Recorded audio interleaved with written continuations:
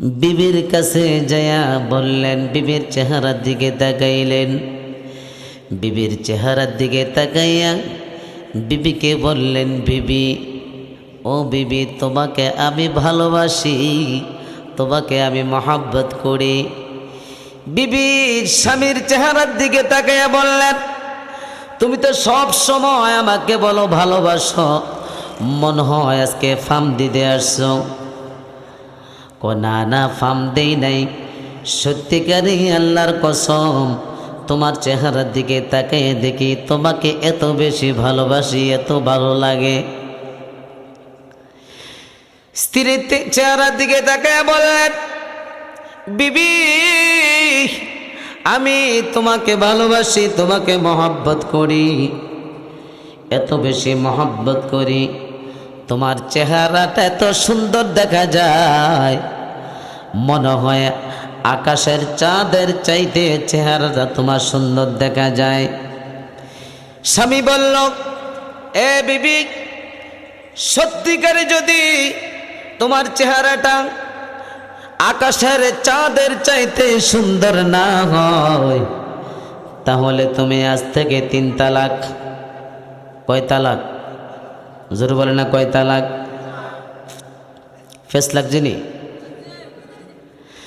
আকাশের চাঁদের চাইতে সুন্দর না হইলে, তোমার চেহারাটা আকাশের চাঁদের চাইতে সুন্দর না হইলে তুমি 3 তালাক। যখন স্বামী বলল 3 তালাক, তার বিবি মনে করল আমার স্বামীর জবান দিয়ে বলল, আমি যদি আকাশের চাঁদের চাইতে সুন্দর না হই তাহলে 3 তালাক। মনে হয় আমি তো আকাশের চাঁদের চাইতে সুন্দর হব না, আমি তো আকাশের চাঁদের চাইতে সুন্দর না, আমি অবশ্যই 3 তালাক হয়ে গেছি। 3 তালাক মনে করে স্বামীর কাছে যায় না, স্বামীর সাথে ঘুমায় না, স্বামীর বিছনায় যায় না, স্বামীর সাথে ঘুমায় না, স্বামীর কথা শুনে না, স্বামীর সামনেও যায় না। পর্দা করতে লাগলেন, পর্দা করতে লাগলেন। এবার চোখের পানিগুলো ছেড়ে দিয়ে কাঁদতে লাগলেন। কাঁদতে কাঁদতে চোখ দিয়ে ঝর্ণার মতো পানি পড়তে লাগলেন। স্ত্রীর চোখের পানি দেখে স্বামী কিছুই বলে না, একটাই বলছেন, তুমি যদি আকাশের চাঁদের চাইতে সুন্দর না হও তাহলে 3 তালাক। কয় তালাক? সবাই বলে না, কয় তালাক? 3 তালাক। স্ত্রী কাঁদতে লাগলেন। এবার ওই স্বামী ফতুয়া চাইতে লাগলেন, বিবি কাছে আসেন না, স্বামীর কাছে আসেন না, স্বামীর খেদমত করে না। স্ত্রী মনে করলো আমি তালাক হয়ে গেলাম, আমি তালাক হয়ে গেলাম। এবার তার স্বামী বিভিন্ন জায়গার মধ্যে ফতুয়া খুঁজতে লাগলেন। আপনাদের শিমপুর গ্রামের মধ্যে মসজিদ আছে কি নাই? জবানটা খুলে বলেন, আছে কি নাই? শিমপুর গ্রামের মধ্যে মসজিদ আছে। কয়টা আছে? হ্যাঁ, এই গ্রামের মধ্যে 7টা মসজিদে 7টা খতিব আছে কি নাই? জবানটা খুলে, আছে কি নাই? 4টা মসজিদ, 4টা মসজিদের মধ্যে 4 জন খতিব আছে, আছে কি নাই? এবার কেউ কেউ 5টা, কেউ কেউ 4টা, আমি বলছি 7টা। আল্লাহ 7টা হওয়ার তৌফিক দেখ। জোরে বলে না? হ্যাঁ, ও আচ্ছা, ওয়াক্তিয়া সহ 7টা, 5 ওয়াক্ত নামাজ সহ। চিল্লে এখন না মারহাবা, জোরে কর না মারহাবা। আমার ভাইয়েরা, বন্ধুরা, স্ত্রী চোখের পানিগুলো ছেড়ে দিয়ে কাঁদতে লাগলেন। কাঁদতে কাঁদতে অস্থির হয়ে গেলেন। এবার কাঁদতে কাঁদতে পেরেশান হয়ে গেলেন। তার স্বামী মনে মনে চিন্তা করলেন, আমার কাছে আমার স্বামী আসে না, আমার খেদমত করে না, আমার স্ত্রী আমার খেদমত করে না, আমি ডাক দিলেও কাছে আসে না, এমন কি কথা বললাম? আমার স্ত্রী আমার কাছেও আসে না, সামনেও আসে না। স্ত্রী যখন কাঁদতে লাগলেন, স্বামী শিমপুর গ্রামের এক একটা মসজিদে যাইতে লাগলেন। এক একটা মসজিদের ইমাম সাহেবের কাছে গেলেন। এক ইমাম সাহেবের কাছে গেলে ফতোয়া দেন, কয় আপনার স্ত্রী তালাক। আপনার স্ত্রী, ঘটনাটা বিবরণটা স্ত্রীর ইমামের কাছে সুন্দর বিস্তারিত বলেন। কি বলছেন আপনি? আমি বলেছিলাম, যেখানে যায় সেখানে বলে আমি বলেছিলাম আমার স্ত্রী আকাশের চাঁদের চাইতে যদি সুন্দর না হয় তাহলে 3 তালাক। কয় তালাক? 3 তালাক। যে ইমামের কাছে যায় ওই ইমাম ডাক দিয়ে বলে আপনার স্ত্রী তালাক। এইজন ইমামের কাছে যায়, ইমাম সাহেব বলল তালাক। ওই হুজুরের কাছে যায়, হুজুর বলল তালাক। এই হুজুরের কাছে যায়, ওই হুজুর বলল তালাক। হঠাৎ করে একজন হুজুরের কাছে গেলেন, একজন হুজুরের কাছে যেয়ে বললেন, হুজুর, ও হুজুর আপনার কাছে আমি আসলাম। হুজুর গো, আপনার কাছে আসলাম, আপনি আমাকে সঠিকভাবে ফতোয়া দিবেন। আমার স্ত্রীকে আমি 3 কথা বললাম, তালাক দিয়ে ফেললাম। কই কি বললেন বলেন? কই আমি বলেছিলাম আকাশের চাঁদের চাইতে যদি সুন্দর না হও তাহলে তুমি 3 তালাক। ওই হুজুর ডাক দিয়া কয়, ভাই জবানটা খুলে কর আল্লাহু আকবার। ওই হুজুর ডাক দিয়া কয়, ভাই সব হুজুর তালাক দিয়া ফেললো, আপনার স্ত্রী 3 তালাক। না না, এখনো পর্যন্ত 1 তালাকও হয় নাই। সুবহানাল্লাহ বলা যায় না? জবানটা খুলে কোন সুবহানাল্লাহ। এবার সব হুজুর ডাক দিলেন, সব হুজুর ডাক দিয়ে বসলেন। সব হুজুর ডাক দিয়া এক জায়গার মধ্যে বসলেন। আজকে ফতোয়া দিবে স্ত্রী তালাক এবং তালাক হয় নাই বা তালাক হয়েছে, এই ফতোয়া দিবে। চতুর্দিকে হুজুর বসলেন। সব হুজুর বললেন তালাক হয়ে গেছে, সব হুজুর বললেন তালাক হয়ে গেছে। একজন হুজুর বললেন তালাক হয়। হুজুরে বলেন, একজন হুজুর বলল তালাক হয়। আমার নবী বহু দূরে,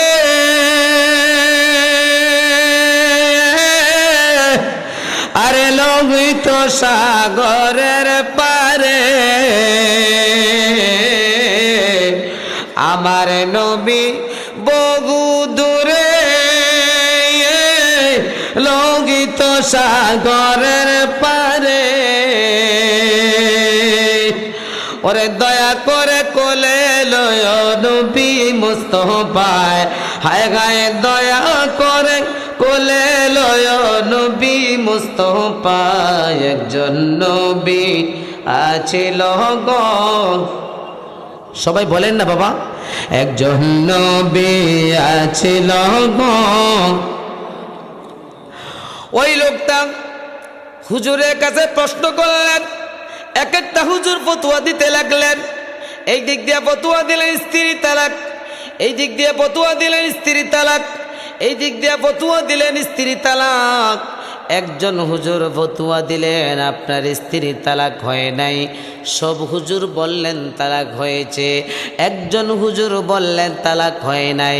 তাহলে দলিল দিতে লাগলেন, যিনি ফতোয়া দিলেন আপনার স্ত্রী তালাক হয় নাই, তিনি ফতোয়া দিতে লাগলেন। যেহেতু আপনারা বলতে লাগলেন স্ত্রী তালাক হয়ে গেছে, তাহলে আমি ফতোয়া দেই, আপনারা শোনেন। সুবহানাল্লাহ বলবেন না? আর জবান খুলে বলেন না সুবহানাল্লাহ। যিনি ফতোয়া দিলেন স্ত্রীটা তালাক হয় নাই, তিনি ফতোয়া দিচ্ছে, জবানটা খুলে আল্লাহু আকবার জোরে বলতে হবে।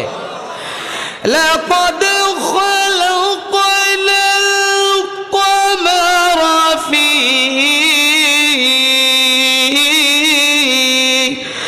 আহসানি তাকওয়িম।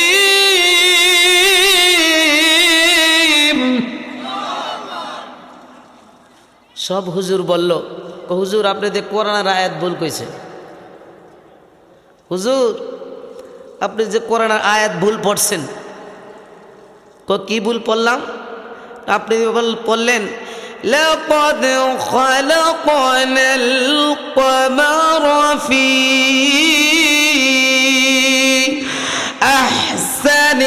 তাকওয়িম।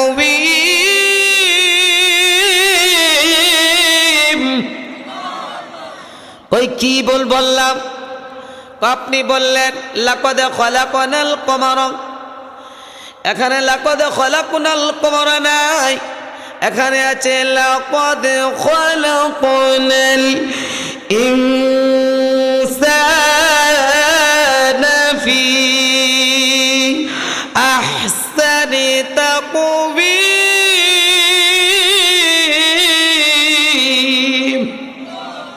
জবান খুলে কোন আল্লাহু আকবার। কত হলো? আমি বললাম আপনার স্ত্রী তালাক হয় নাই, তাহলে আপনারা ফতোয়া দেন এই মুহূর্তে যে আপনারা বলেন সব হুজুর তাকে রইলেন, সব হুজুরদের দিকে তাকে বলেন আপনারা ফতোয়া দেন। আমি যে কোরআনের আয়াতরা বললাম, কোরআনের আয়াতরা কি সঠিক বললাম না আনসঠিক বললাম? কয় আনসঠিক বলেছেন, পরেরটা সঠিক বলেছেন। তাহলে আল্লাহ তাআলা প্রথম বলেছি এই পৃথিবীতে চাঁদকে সর্বপ্রথম আল্লাহ তাআলা সবচেয়ে সুন্দর করে আল্লাহ বানিয়েছেন। আপনারা বলছেন না, কোরআনে বলছে না, কিন্তু কোরআনুল কারীমে আছে লাকাদ খালাকনাল ইনসানা ফি আহসানি তাকওয়িম। আল্লাহ তাআলা এই পৃথিবীতে সবচাইতে সুন্দর করে বানিয়েছেন কি? জোরে বলেন নাকি? সবচাইতে সুন্দর করে আল্লাহ বানিয়েছেন মানুষ। জোরে কর না সুবহানাল্লাহ। একটু জবান খুলে বলেন না সুবহানাল্লাহ। আপনারা কি মক্কায় গিয়েছেন? কেউ কি মক্কায় গিয়েছেন? কারা কারা গিয়েছেন হাত তোলেন তো। মাত্র 2-1 জন। হ্যাঁ, পেছনে আছে। মারহাবা কর না। আমার ভাইয়েরা বন্ধুরা গভীর মনোযোগ। মক্কায় মুকাররমা, মদিনায়ে মুনাওয়ারা এক একটা জায়গার মধ্যে এক একটা বিশেষ নিদর্শন আমার আল্লাহ রেখেছেন। মক্কায় মুকাররমা একটা নিদর্শন আমার আল্লাহ রাখলেন, যেখানে খানায়ে কাবা তাওয়াফ করতে করতে একটা জায়গা পাওয়া যায়, যেই জায়গাটার নাম হলো মাকাম ইব্রাহিম। ফিহি আয়াতুম বাইয়িনাতুম মাকাম ইব্রাহিম। যখন আল্লাহু আকবার। হযরত ইব্রাহিম আলাইহিস সালাতু ওয়াস সালাম দাঁড়ানো পাথরের অবস্থানকে মাকামে ইব্রাহিম বলা হয়। কি বলা হয়? আর জবান খুলে বলে না, কি বলা হয়? মাকাম ইব্রাহিম বলা হয়। মাকাম ইব্রাহিম ছাড়া আরেকটা নিদর্শন হলো ইন্নাস সাফা ওয়াল মারওয়াতা মিন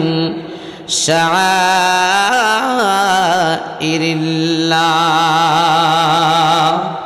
সাফা এবং মারওয়া, মারওয়া থেকে সাফা, এটা হচ্ছে আল্লাহ পাকের বিশেষ একটা নিদর্শন। চিল্লে এখন না মারহাবা। আর একটু জবান খোলে কোন মারহাবা। আরো চিল্লে জবান খোলে কোন মারহাবা। আরেকটা নিদর্শন আছে, যারা তায়েফের জমিনে গিয়েছে, ওই তায়েফের জমিনে আমার নবীজি যেই মসজিদে নামাজ আদায় করতেন 5 ওয়াক্ত নামাজ পড়তেন, বুড়ি মায়ে যেখানের মধ্যে কাটা দিতেন, কি দিতেন? সবাই বলেন কি দিতেন? কাটা দিতেন। ওই বুড়ি মা যেই পথের মধ্যে কাটা দিতেন, যেই মসজিদে আমার নবী নামাজ আদায় করতেন, কাফের বেঈমানেরা ওই পাহাড় থেকে, তায়েফের জমিনে পাহাড় থেকে আমার মদিনার নবী, কামলেওয়ালা নবী এই পথ দিয়ে আসবে। আসার সাথে সাথে ওই পাহাড় থেকে পাথর নিক্ষেপ করবে, পাথর মারবে। বিরাট বিশাল একটা পাথর। ওই পাথরটা আমার নবীজি কামলেওয়ালা নবীর উপরে মেরে নবীকে মারার জন্য ষড়যন্ত্র করেছিলেন। কাফের বেঈমানেরা আমার নবীজি যখন তায়েফের জমিনে নামাজের টাইমে মসজিদে রওনা দিলেন, কাফের বেঈমানেরা পাহাড়ের উপর থেকে একটা বিশাল পাথর মেরে নবীকে মারার জন্য ষড়যন্ত্র করে দাঁড়িয়ে রইলেন। যেই মাত্র মসজিদ বরাবর আমার নবীজি আসলেন নামাজ আদায় করার জন্য, ওই পাহাড় বরাবর আসলেন। ওই পাহাড় থেকে বেঈমানেরা বিশাল একটা পাথর আবার নবীজি কামলেওয়ালার দিকে নিক্ষেপ করলেন। যেই মাত্র নিক্ষেপ করলেন, যেই মাত্র আমার নবীজির শরীর মুবারকে নিক্ষেপ করলো পাথরটা, আমার আল্লাহ ডাক দিয়া বলল, পাথর ও পাথর সাবধান, খবরদার। আমার দয়াল নবীজি এই পথ দিয়ে যাচ্ছে, পাথর সাবধান, খবরদার। আমার নবীর শরীর মুবারকে তুমি পইরো না, তুমি জায়গায় থেমে যাও। আর একটা পাথরকে হুকুম করলেন, ছোট্ট একটা পাথর নিচে দিয়ে ঠেকে দিলেন। ওই ছোট্ট একটা পাথর এখনো পর্যন্ত বড় পাথরের নিচে আটকে আছে। সিলেকে মারহাবা বলা যায় না? আর জবান কইলে কম মারহাবা। ওরে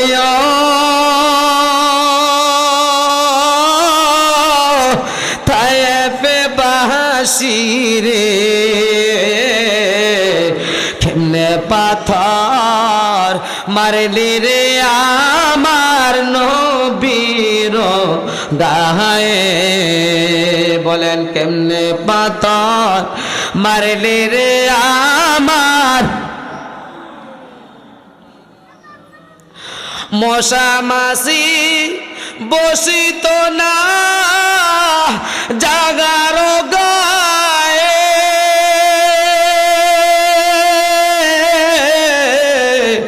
মশা মাসি বসিত না জাগার গায়ে। কেউ চিকে যে চিনিল নবীজিকে, যে চিনিল নবীজিকে, সালাম জানাই পাই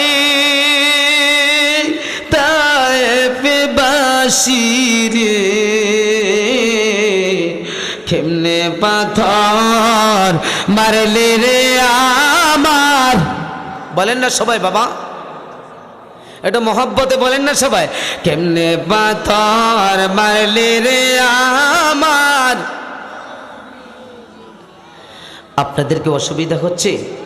বলেন বাবা অসুবিধা হচ্ছে? কার কার অসুবিধা হচ্ছে না হাত তুলে দেখান তো সবাই, সবাই বলতে হবে। বলেন দুনয়নে রসুল পাক দেখলে কেমন হতো, দুনয়নে রসুল পাক দেখলে কেমন গত। জন্ম আমার নবীর যোগে হলে কেমন। সবাই আওয়াজ দেন মহব্বতে, সবাই বলেন না সবাই। জন্ম আমার নবীর যোগে হলে হতো, জন্ম আমার নবীর যোগে। দুনয়নে রসুল পাক দেখলে কেমন হতো, দুনয়নে রসুল পাক দেখলে কেমন হতো। জন্ম আমার নবীর যোগে হলে হতো, জন্ম আমার নবীর যোগে। আসলো বেশে হজরতি বেলালের মধুর আজান, সেই আজানে ছিল এত প্রেম মুগ্ধ রহমান।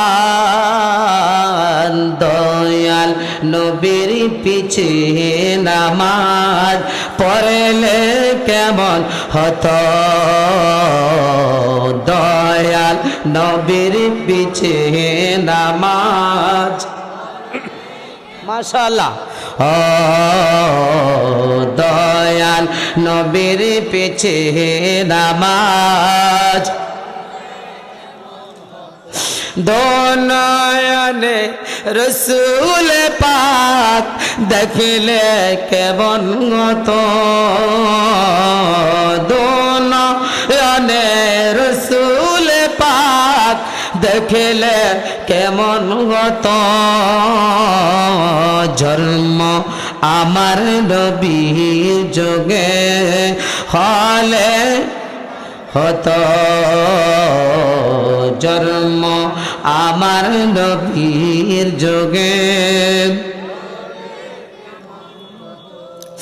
আমার ভাইয়েরা বন্ধুরা, এই সিমপুর গ্রামের মধ্যে একটা 12 বছরের মেয়ে, একটা 14 বছরের মেয়ে যদি বিবাহ না হয়, 12 বছর 14 বছরের মেয়ে যদি বিবাহ না হয়, তার পেটের মধ্যে বাচ্চা হয়, তার পেটের মধ্যে বাচ্চা দেখা যায়, তাহলে সিমপুর গ্রামে বাজারে দোকানপাটে তার সমালোচনা করবে কি করবে না? জবানটা খুলে কোন করবে কি করবে না? একটু মহব্বতে দুরূদ শরীফ পড়েন, আল্লাহুম্মা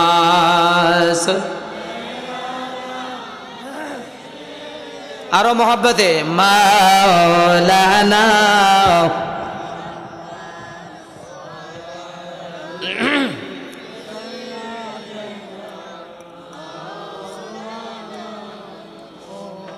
وعلى آل سيدنا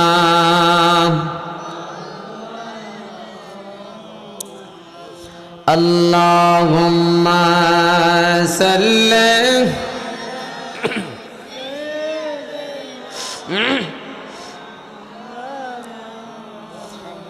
وعلى آل سيدنا।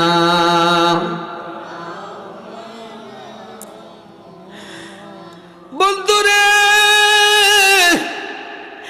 12 বছর অথবা 11 বছর অথবা 14 বছরের একটা মেয়ের পেটে যদি স্বামী ছাড়া বাচ্চা হয়, বাচ্চাটা হইলে সমালোচনা শুরু হবে, গ্রামের মধ্যে সমালোচনা শুরু হবে এবং সমাজের মধ্যে তার বিরুদ্ধে বিভিন্ন মানুষ শত্রু দাঁড়িয়ে যাবে, তার পরিবারের মধ্যে সমালোচনা আরম্ভ হবে, তার গ্রামের মধ্যে সমালোচনা আরম্ভ হবে, তার সমাজের মধ্যে সমাজ তার বিরুদ্ধে কাজ করবে, পরিবার পরিজন তার বিরুদ্ধে কাজ করবে, তাই ভাই ভেড়াদর আত্মীয় স্বজন তার বিরুদ্ধে কাজ করবে।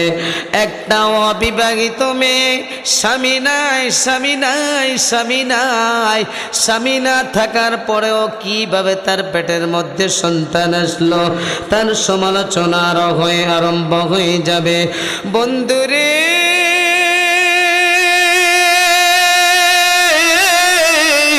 মাকাম ইব্রাহিম একটা বিশেষ নিদর্শন আমার আল্লাহ রাখলেন, সাফা মারওয়া একটা বিশেষ নিদর্শন আমার আল্লাহ রাখলেন, জান্নাতুল মুআল্লা একটা বিশেষ নিদর্শন আমার আল্লাহ রাখলেন, জান্নাতুল বাকি একটা বিশেষ নিদর্শন আমার আল্লাহ রাখলেন।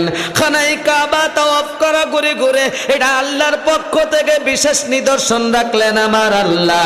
কিন্তু 14 বছরের বাচ্চা, এরে 12 বছরের বাচ্চার পেটের মধ্যে যদি স্বামী ছাড়া সন্তান আসে, এটাও একটা বিশেষ নিদর্শন রাখার জন্য আমার আল্লাহ জিবরাইল আলাইহিস সালামকে পাঠাইলেন। জিবরাইল,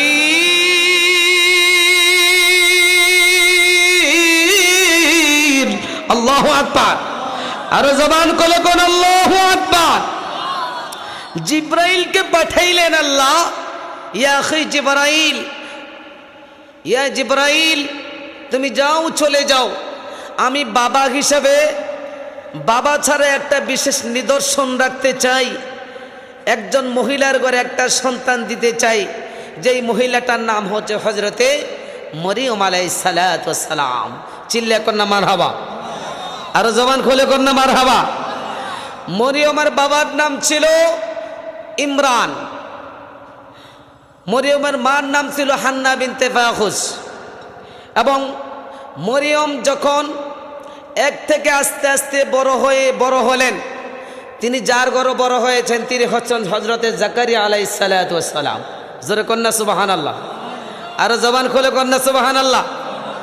হঠাৎ করে গভীর মনোযোগ, অন্তরের কাল্লাগান, বিবি মারিয়াম যখন আস্তে আস্তে বড় হতে লাগলেন, আস্তে আস্তে বড় হতে লাগলেন, হঠাৎ করে বিবি মারিয়াম যেই হুজরা মোবারকে সব সময় তিনি নামাজ পড়তেন বাইতুল মুকাদ্দাসের জমিনে, বাইতুল মুকাদ্দাসের মধ্যে তার জন্য একটা হুজরা শরীফ ছিল, হুজরা মোবারক ছিল। ওই হুজরা মোবারকে তিনি নামাজ পড়তেন, ইবাদত করতেন, তাহাজ্জুদের নামাজ আদায় করতেন, দুরূদ শরীফ পড়তেন, নামাজ আদায় করতেন। এরে হঠাৎ করে একদিন জাকারিয়া আলাইহিস সালাতু ওয়াস সালাম হুজরা মোবারকের মধ্যে বিবি মরিয়মকে রাইকা ঘরের দরজাটা বন্ধ কইরা তিনি চলে গেলেন সফরের মধ্যে। একদিন নয়, 2 দিন নয়, 3 দিন পর্যন্ত সফরের মধ্যে ছিলেন। চিল্লা কোন মারহাবা, আর জবান খুলে কোন মারহাবা। 3 দিন পর্যন্ত দূরে ছিলেন। কতদিন? 3 দিন পর্যন্ত দূরে ছিলেন। 3 দিন পর্যন্ত দূরে থাকার পরে হঠাৎ করে জাকারিয়া পয়গম্বরের মনের মধ্যে আসলো, হায় রে, আজকে 1 দিন নয়, 2 দিন নয়, আজকে 3 দিন পর্যন্ত আমার মারিয়ামকে আমি হুজরা মোবারকে রাইখে আসলাম, ঘরের মধ্যে দরজাটা বন্ধ করে আসলাম। জাকারিয়া পয়গম্বর মনে মনে চিন্তা করলেন, মনে হয় বিবি মারিয়াম ঘরে, মনে হয় মারিয়াম ঘরের মধ্যে ইন্তেকাল করছে, মারা গেছে, আর তো আমার মারিয়াম দুনিয়াতে নাই। যখন জাকারিয়া পয়গম্বর 3 দিন পরে মনে পড়ে গেল বিবি মারিয়ামের কথা, হঠাৎ করে দৌড়ে আসলেন। আয়েশা যেই মাত্র দরজাটা খুললেন, দরজাটা খুইলা দেখে বিবি মারিয়ামের ঘরের মধ্যে আমার আল্লাহর পক্ষ থেকে জান্নাতি সকল প্রকার খাবার দেখা যায়। আল্লাহু আকবার, ইয়া রাসূল, ইয়া গাউস, জিন্দাবাদ, জিন্দাবাদ, মাশাআল্লাহ। কোন মারহাবা, কোন জোরে বলেন না মারহাবা। বিবি মারিয়াম জান্নাতি খাবার আল্লাহ পাঠাইলেন, আমার আল্লাহ জান্নাতি খাবার পাঠাইলেন বিবি মারিয়ামের কাছে। বন্ধুরি, এই বিবি মারিয়াম এইভাবে আস্তে আস্তে যখন বড় হতে লাগলেন, বড় হওয়ার পরে যেই মাত্র 14 বছর হয়ে গেল, 14 বছর হওয়ার পরে বিবি মারিয়াম প্রথম হায়েজ হলো। প্রথম হায়েজ হওয়ার পরে প্রথম গোসল করলেন। প্রথম গোসল করার পরে প্রথম পবিত্রতা অর্জন করলেন বিবি মারিয়াম।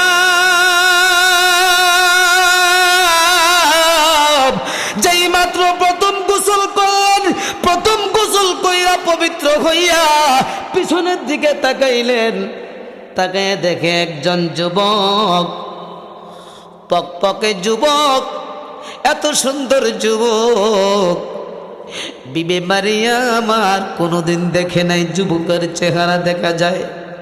বিবি মারিয়াম আশ্চর্য হয়ে গেলেন।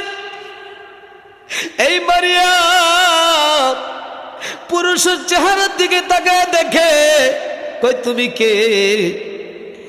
জিবরাইল আলাইহিস সালাতু ওয়াস সালাম বললেন, আনা জিবরাইল।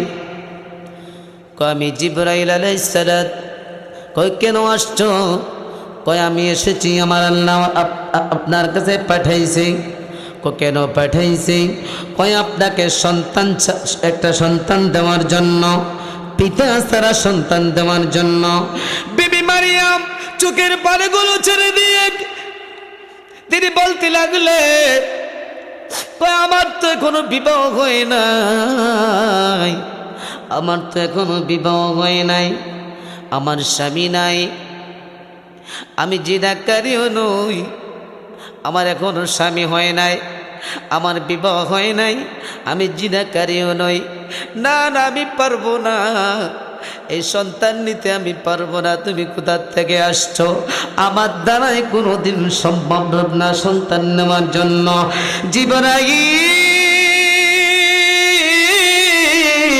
জিবরাইল আলাইহিস সালাম দেরি করলো না। তিনি বললেন, আমার আল্লাহ আপনার কাছে পাঠাইছে আপনাকে সন্তান দেওয়ার জন্য। আমি আল্লাহর হুকুম পালন করব, আল্লাহর কথা মানব, আল্লাহর কথাও বাধ্য করতে পারবো না। জিবরাইল বিবি মারিয়ামের মুখের মধ্যে একটা ফুঁক দিলেন। কি দিলেন? জোরে বলেন, কি দিলেন? ফুক মানে ফু। একটা ফু দিলেন, ফু দিয়ার সন্তানটা পেটের মধ্যে দিয়ে দিলেন। সুবহানাল্লাহ বলা যায় না? আরো জবান খুলে কন্যা সুবহানাল্লাহ। যেই মাত্র ওই ফুকটা জিবরাইল আলাইহিস সালামের ফুকটা বিবি মারিয়ামের পেটের মধ্যে গেল, হাওয়া হইতে আওয়াজ আসলো বিবি মারিয়ামের পেটের থেকে, আমি হইলাম আল্লাহ পাকের বান্দা। জবান খুলে কোন আল্লাহু আকবার, আরো জবান খুলে কোন আল্লাহু আকবার। বন্ধুরে,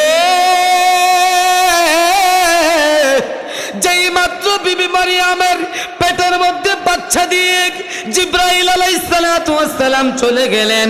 চলে যাওয়ার পরে বিবি মারিয়ামের পেটের মধ্যে বাচ্চা।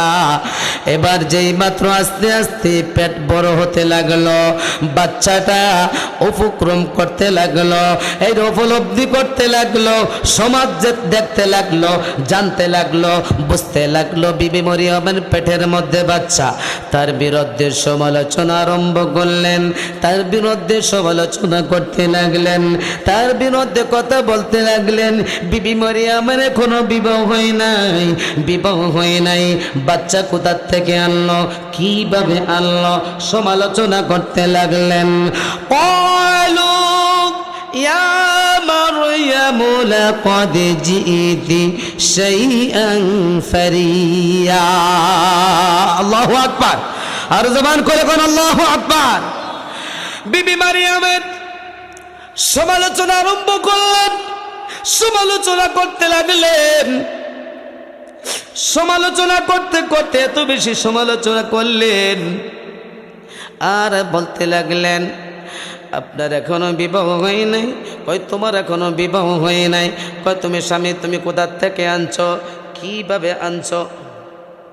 আল্লাহুম্মা সাল্লি।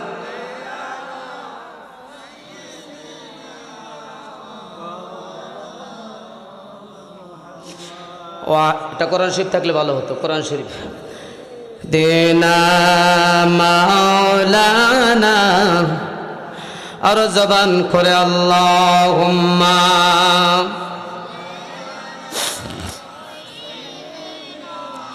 মাওলানা মুহাম্মদ ওয়া আলা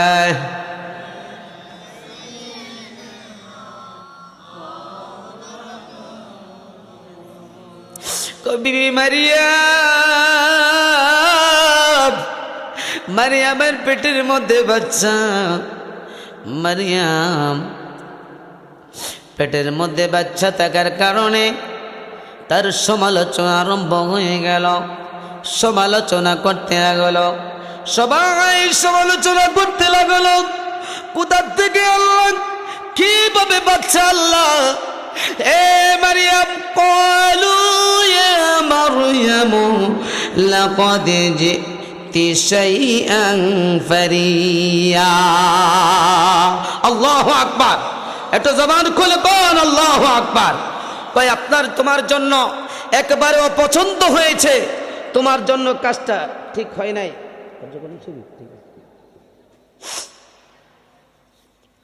আল্লাহুম্মা সাল্লি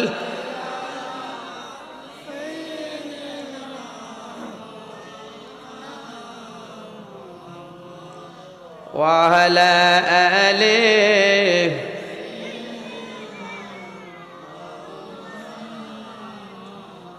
আল্লাহুম্মা সাল্লি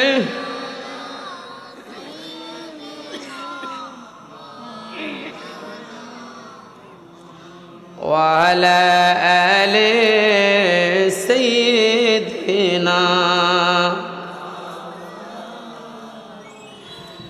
এই দুনিয়া পড়ে থাকবে, আমরা একদিন থাকবো না।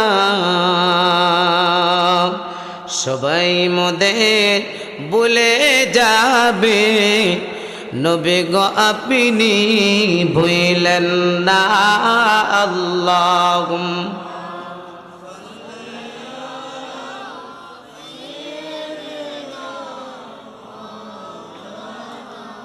ওয়া আলা আলি সাইয়্যিদিনা।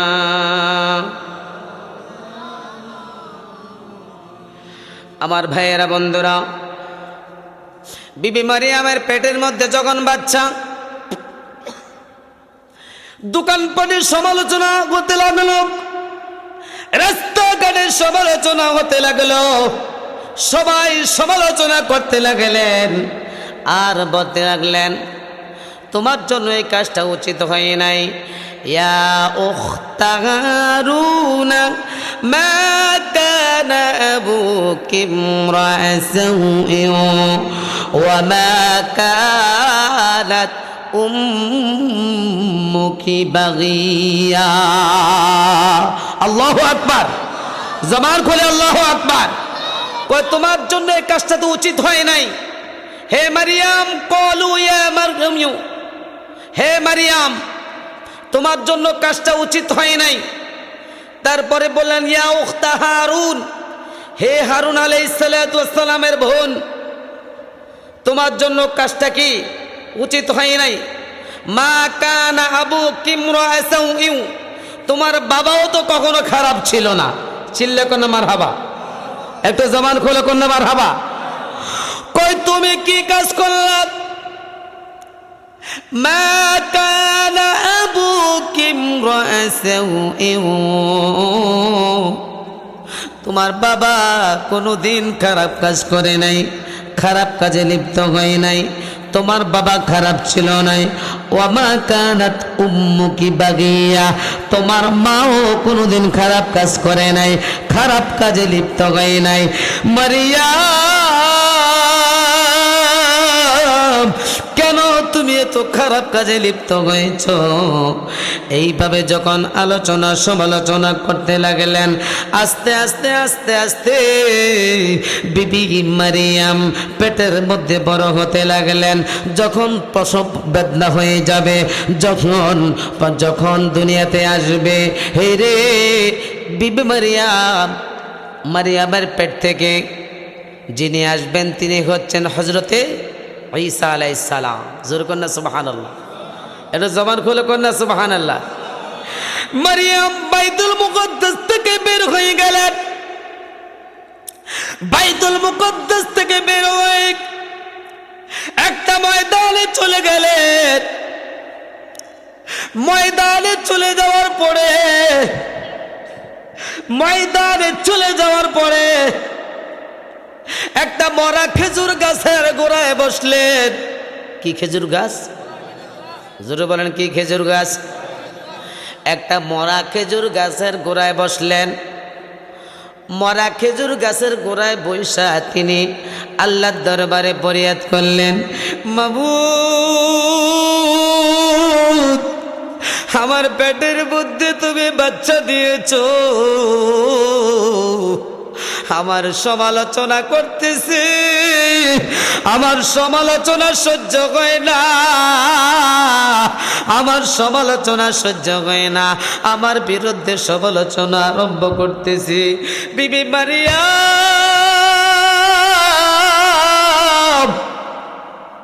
আল্লাহর দরবারে কাঁদতে লাগলেন, আল্লাহর দরবারে ফরিয়াদ করতে লাগলেন, আল্লাহ আমাকে যদি এই সন্তানটা দুনিয়াতে আসার আগে আমাকে যদি দুনিয়া থেকে বিদায় করে নিতাম তাহলে আমার জন্য ভালো হইতো, আমার আর সমালোচনা সহ্য হয় না। বিবি মারিয়াম সমালোচনা করতে লাগলেন, সমালোচনা করতে লাগলেন বিবি মারিয়ামের বিরুদ্ধে। সমালোচনা করতে করতে যখন বিবি মারিয়াম খেজুর গাছের গোড়ায় বসলেন, মরা খেজুর গাছ, কি খেজুর গাছ? মরা খেজুর গাছ। হঠাৎ করে যখন বিবি মারিয়াম মরা খেজুর গাছের গোড়ায় বসলেন, ওই মরা খেজুর গাছটা আস্তে আস্তে তাজা হতে লাগলো। জোরে কন্যা সুবহানাল্লাহ। মরা খেজুর গাছটা তাজা হতে লাগলো। বন্ধুরে, যেই মাত্র মরা খেজুর গাছটা তাজা হতে লাগলো, বিবি মারিয়ামের পেটের থেকে হযরত ঈসা আলাইহিস সালাতু ওয়াস সালাম দুনিয়াতে আসবেন, দুনিয়াতে আসবেন।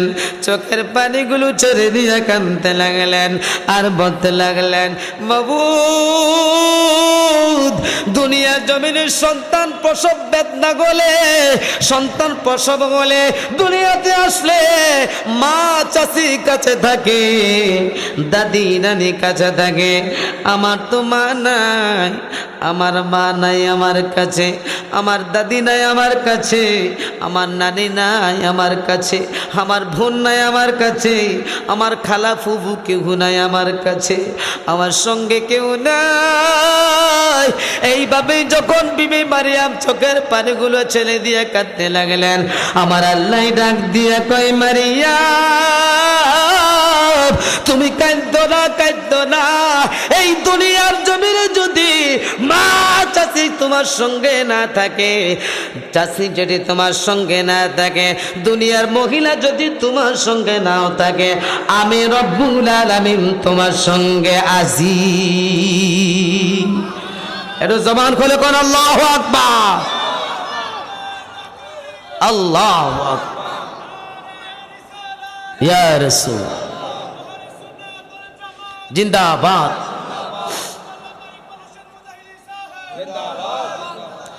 একজন নবী আছিল গো সোনার মদিনা, একজন প্রেমিক আছিল গো সোনার মদিনায়। আয় হায় সেই নবীজির প্রেমে পাগল, সেই নবীজির প্রেমে পাগল খুদে রব্বানা। একজন নবী না, একজন নবী। একটা কথা বলেন না, পবিত্র ঈদে মাজিউন নবী বললেন না? পবিত্র ঈদে মাজিউন নবী, পবিত্র ঈদে মাজিউন নবী। মাহফিলটা কি ঈদে মাজিউন নবী আছে না? চিল্লে কোন মারহাবা।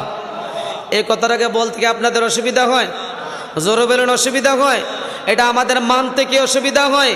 কোরআনুল কারীমে যদি তার প্রমাণ থাকে, অকাট্য প্রমাণ থাকে, অগণিত প্রমাণ থাকে কোরআনুল কারীমে, এতে আমাদের মানতে কোনো অসুবিধা আছে? জোরে বলেন অসুবিধা আছে? আই ক্যান চ্যালেঞ্জ, কোরআনুল কারীমের কোন জায়গার মধ্যে, এক জায়গার মধ্যে কোরআনুল কারীমে নবীর জন্ম সম্পর্কে এক জায়গায় পাওয়া, শুধু একটা জায়গায় পাওয়া যায়, শুধু এক জায়গার মধ্যে আছে, এক জায়গায় জন্ম সম্পর্কে। কত জায়গা আছে? ওয়ালা মাউলুদুল্লাহু বি ওয়ালাদি, ওয়ালাদি, শুধু এক জায়গায়। কোরআনুল কারীম কয় পারা? সবাই বলেন বাবা, হ্যাঁ সবাই জবান খুলে কথা বলতে হবে। কত পারা? কোরআনুল কারীম 30 পারা, 6666টা আয়াত রয়েছে। কোরআনুল কারীমের 114টা সূরা রয়েছে। কথা বলেন ঠিক কিনা? আছে কি নাই? 114টা সূরার মধ্যে কোন সূরা মাক্কি আবার কোন সূরা মাদানী।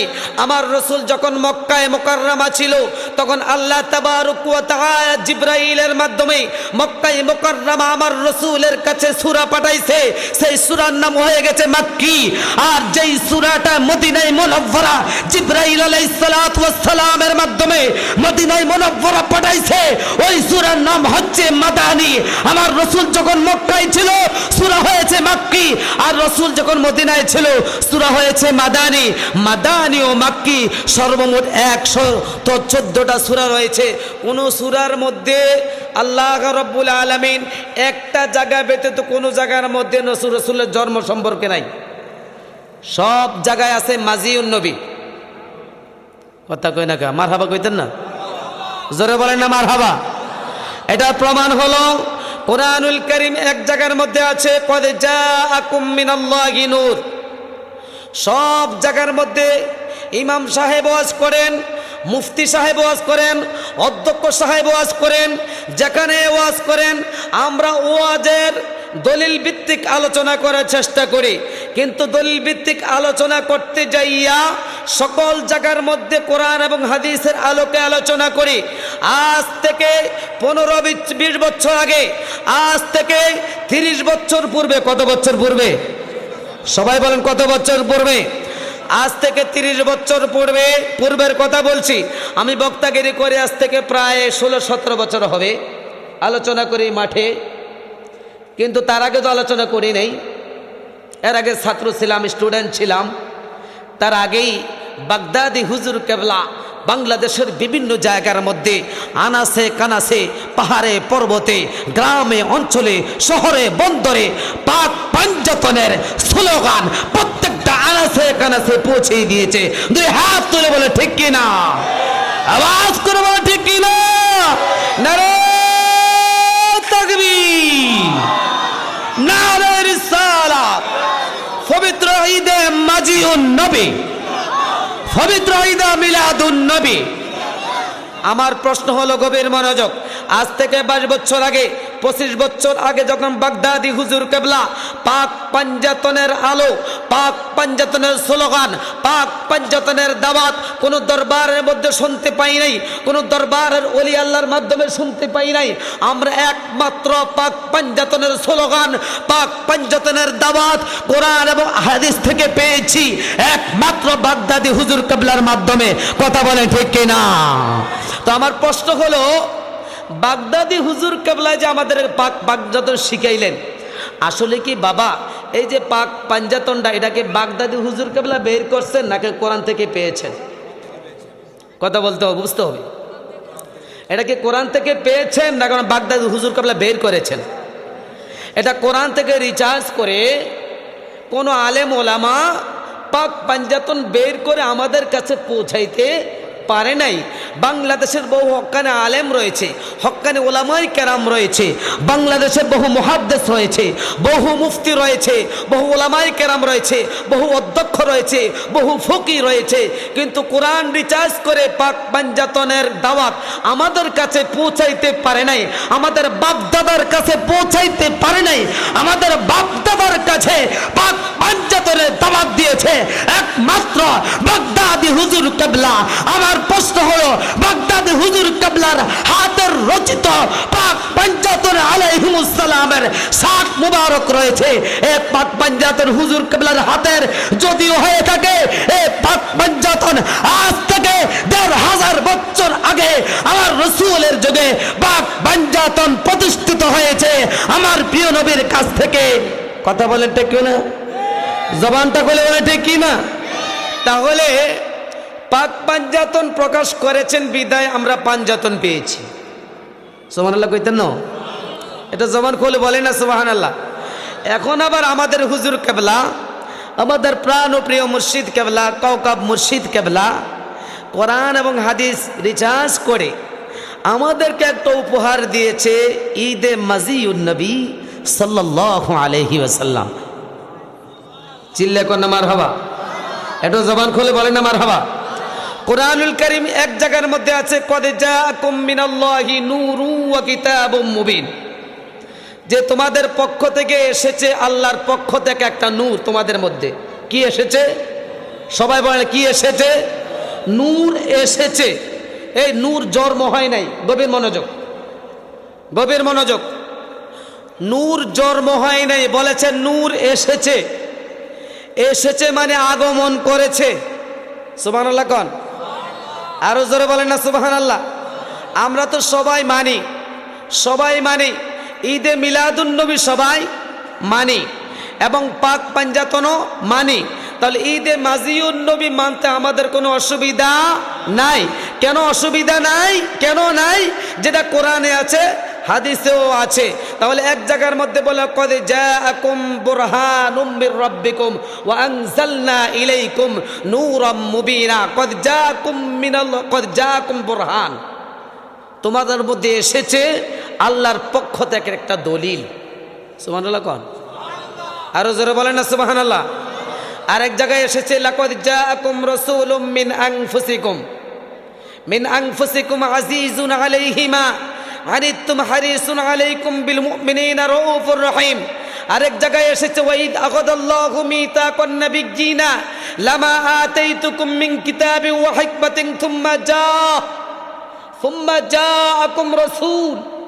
চিল্লা কোন মারহাবা, আর জবান খুলে কোন মারহাবা। সুম্মা জাআকুম রাসূলুম মুসাদ্দিকুল লিমা মাআকুম।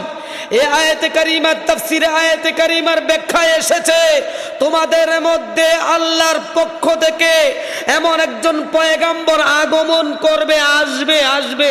চিল্লা কোন মারহাবা, আর জবান খুলে কোন মারহাবা। এখানেও জন্ম বলা হয় নাই, এই জায়গায় জন্ম বলা হয় নাই। তাহলে যেখানের মধ্যে লাকাদ জাআকুম রাসূলুম মিন আনফুসিকুম, এখানেও জন্ম বলা হয় নাই।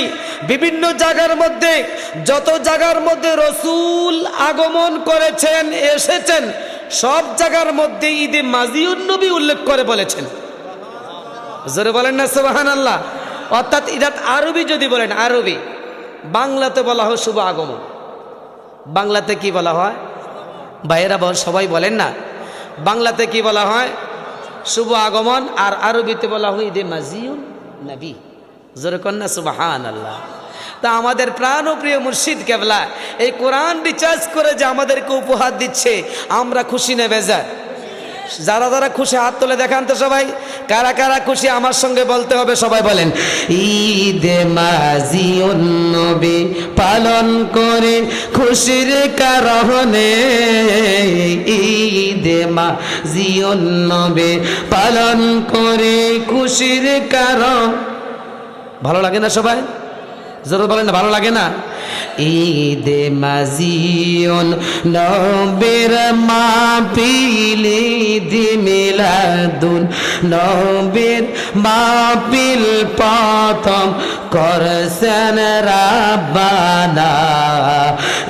ইমানদারগণ জোলস কর না, ইমানদারগণ। সবাই বলেন, বলেন ঈদে মাজিউন নবীর মাহফিল, ঈদে মাজিউন নবীর মাহফিল প্রথম করছেন রাব্বানা। ইমানদারগণ জুলুস করোনা, ইমানদারগণ জুলুস। মারহাবা কইতেন না? আশিকিরি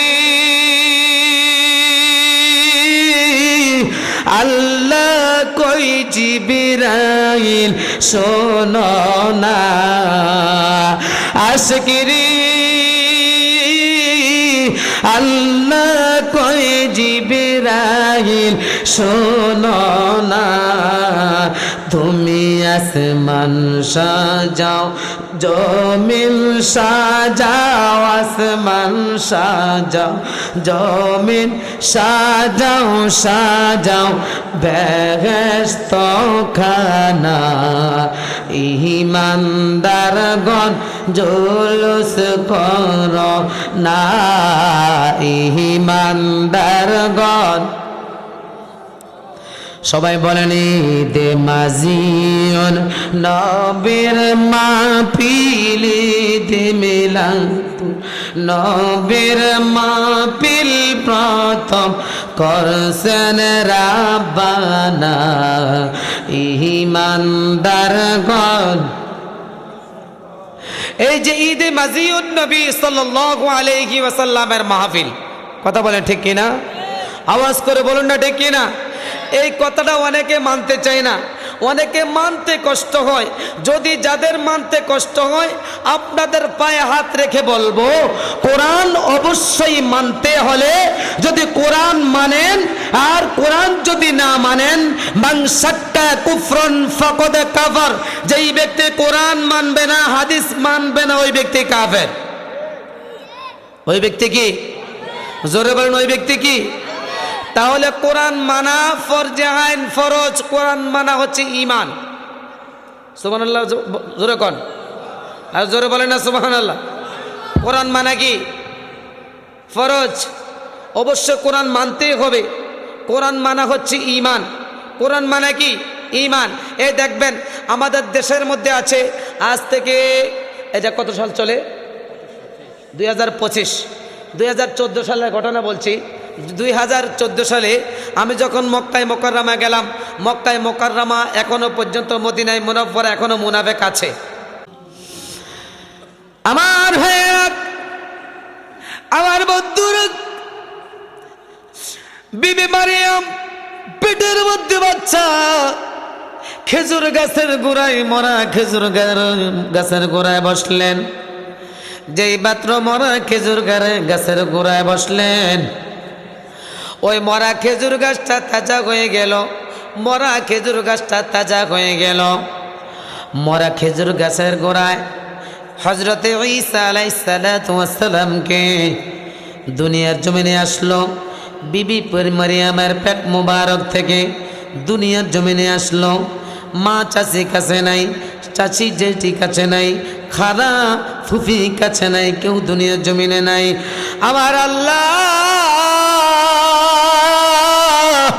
বিবি মারিয়ামের কাছে আল্লাহ ফেরেশতা পাঠাইলেন, এ ফেরেশতারা, আমার বন্ধু ঈসা দুনিয়ার জমিনে আসছে, আমার বন্ধুর খেদমতের জন্য তোমরা চলে যাও।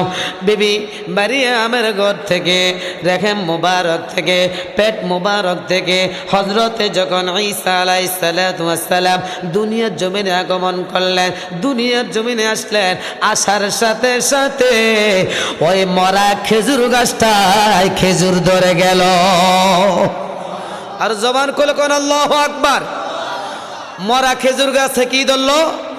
খেজুর ধরল। আমার আল্লাহ ডাক দিয়া কই, মারিয়াম, ও মারিয়াম, খেজুর গাছটার দিকে তাকাও। খেজুর গাছের দিকে তাকাইলেন, খেজুর গাছের মধ্যে ফল ধরল। মারিয়ামকে বলল, মারিয়াম, এ মারিয়াম, খেজুর গাছটা তুমি নাড়া দাও, নাড়া দিলে খেজুর তোমার দিকে আসবে, খেজুর পরব। বিবি মারিয়াম চোখের পানিগুলো ছেড়ে দিয়া বলল, আল্লাহ গো, জাকারিয়া আলাইহিস সালাম যখন 3 দিন পর্যন্ত হুজরা মুবারকে, বাইতুল মুকদ্দাসের হুজরা মুবারকে আমি যখন দরজা বন্ধ করে জাকারিয়া পয়গম্বর দূরে ছিল, আল্লাহ ওই মোড় থেকে আমাকে খাবার দিয়েছে। আল্লাহ ওই মোড়টা আমাকে খাবার দিয়েছ, তখন তো আমি হাত দিয়া ধরতে হয় নাই, আমি নাড়া দিতে হয় নাই, কষ্ট করে খাইতে হয় নাই। যখন কেউ ছিল না, তুমি আমাকে খাবার দিয়েছ। আল্লাহ গো, এখন কেন খেজুর গাছ আমি নাড়া দিতে হবে, কষ্ট করে খাইতে হবে? আমার আল্লাহ ডাক দিয়া কই, মারিয়াম, কেন তুমি কষ্ট করে খাইতে হবে? বাইতুল মুকদ্দাসের মধ্যে হুজরা মুবারকে যখন তুমি ছিলা, তখন তোমার সন্তান ছিল না, তুমি ছিলা একা। চিল্লা এখন মারহাবা, আর জবান করলে মারহাবা। তখন তুমি ছিলা একা, কেউ তোমার সঙ্গে ছিল না, তুমি আমি আল্লাহর ইবাদত করতা, বন্দেগী করতা। এখন তোমার সন্তান হয়েছে, তখন তুমি শুধু আমাকে মহব্বত করতা, এখন তোমার সন্তান হয়েছে, তোমার সন্তানকে মহব্বত করো, আমাকেও মহব্বত করো। এখন নাড়া দিয়ে খাইতে হবে, খেজুর গাছটা নাড়া দাও। নাড়া দেওয়ার সঙ্গে সঙ্গে খেজুর সামনে চলে আসলো।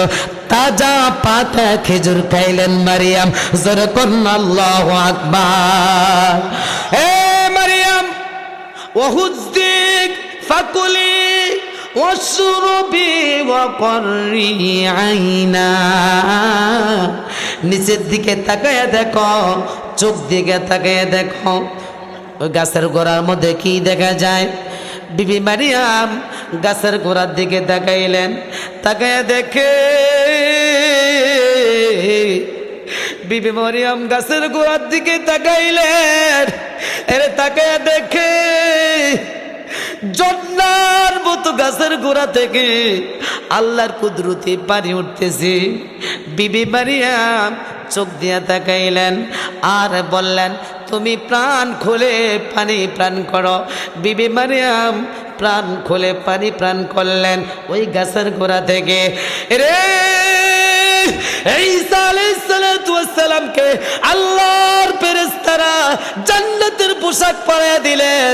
জোরে কোন মারহাবা, আর জবান খুলে কোন মারহাবা। আল্লাহর ফেরেশতারা হযরত ঈসা আলাইহিস সালাতু ওয়াস সালামকে জান্নাতের পোশাক পরাইয়া দিলেন। জান্নাতের পোশাক পরাইয়া হাউজে কাউসারের পানি দ্বারা হযরত ঈসা আলাইহিস সালাতু ওয়াস সালামকে গোসল করাইয়া দিলেন।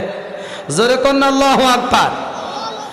একদিন, দুই দিন, তিন দিন গেল। কতদিন গেল সবাই বলেন না? কতদিন? 3 দিন গেল। সোনার মদিনা বহু দূরে, সোনার মদিনা বহু দূরে, কিন্তু মদিনাওয়ালা আমার অন্তরে। বলতে রাজি আছেন সবাই? কে কে রাজি আছেন হাত তোলেন তো। মদিনা যেতে কে কে রাজি আছেন? হাত তোলেন সবাই। সবাই রাজি আছেন তো মদিনা যাইতে?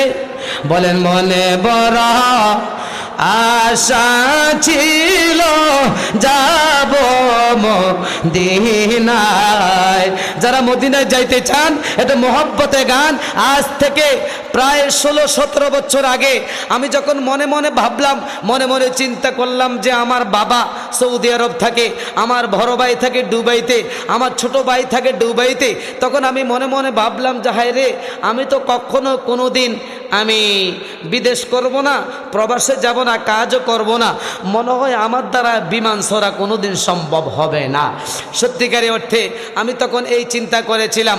আল্লাহ কয়, রক তুই মদিনার পাগল হয়ে থাকবি, মদিনাওয়ালার গোলামি করবি, শাহাবুদ দরবার শরীফের প্রেমিক হয়ে থাকবি, শাহাবুদ দরবার শরীফের মজা নিবি, পাগল হয়ে থাকবি।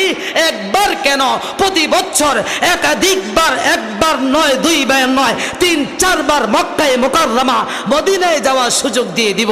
চিল্লা কর মারহাবা। এটা জবান খুলে কর না মারহাবা। আপনারা খুশি না বেজায়? আজ থেকে 1.5 মাস আগে মদিনায় মুনাওয়ারা থেকে এসেছি। আবারও জানুয়ারি মাসের 20 থেকে 25-এর ভিতরে আমি মক্কায় মুকাররমা আবারও যাব ইনশাআল্লাহ। মারহাবা কর। জানুয়ারি 20-এর ভিতরে ডায়েরি করতেছি, দাওয়াত রাখতেছি। 20-এর পরে আর দাওয়াত রাখি না। তারপরে একটা দাওয়াত রেখেছে হুমনা ধরিবাসানিয়া, মনে ভাইজান দাওয়াত করছে। হুমনা থানা ধরিবাসানিয়া দাওয়াত করেছেন। হ্যাঁ, ফেব্রুয়ারি মাসের 2 তারিখ। ফেব্রুয়ারি মাসের 2 তারিখ মনে হয় সম্ভব। এই প্রোগ্রামটা আমি থাকতে পারবো কিনা আমি জানি না, কারণ জানুয়ারির 25 থেকে 20 থেকে 25-এর ভিতরে যদি চলে যায় তাহলে ওই প্রোগ্রামটা আমার ধরা কোনো দিন সম্ভব হবে না। তো যাই হোক, আমি বলতেছিলাম যে তখন আমি আল্লাহর দরবারে কেঁদেছিলাম। আল্লাহ তখন এমনভাবে কবুল করছে, শাহাবুদ দরবার শরীফের গোলামি করার কারণে, কওকাব মুর্শিদ কেবলার গোলামি করার কারণে আল্লাহ পাক আমাকে প্রতি বছর 3-4 বার মক্কায় মুকাররমা মদিনায় মুনাওয়ারা যাওয়ার জন্য সুযোগ দিয়েছেন। চিল্লা কন্যা মারহাবা। আর জোরে বলেন না মারহাবা। 2015 সালে আরফাতের ময়দানে, নজরুল ভাই, আরফাতের ময়দানে তাবুতে আমরা বসে হাজিদেরকে বসি। 2015 সালের ঘটনা।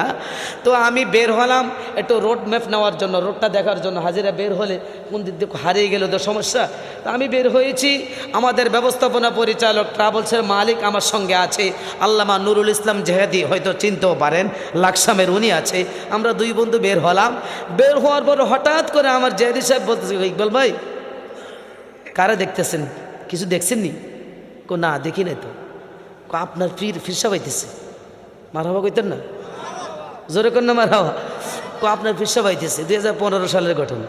তা আমি তাকেই দেখলাম, আসলে তো সঠিক, আমাদের হুজুর কেবলা এহরামের কাপড় পরিধান অবস্থায় আসতেছে আর আমি দাঁড়িয়ে আছি।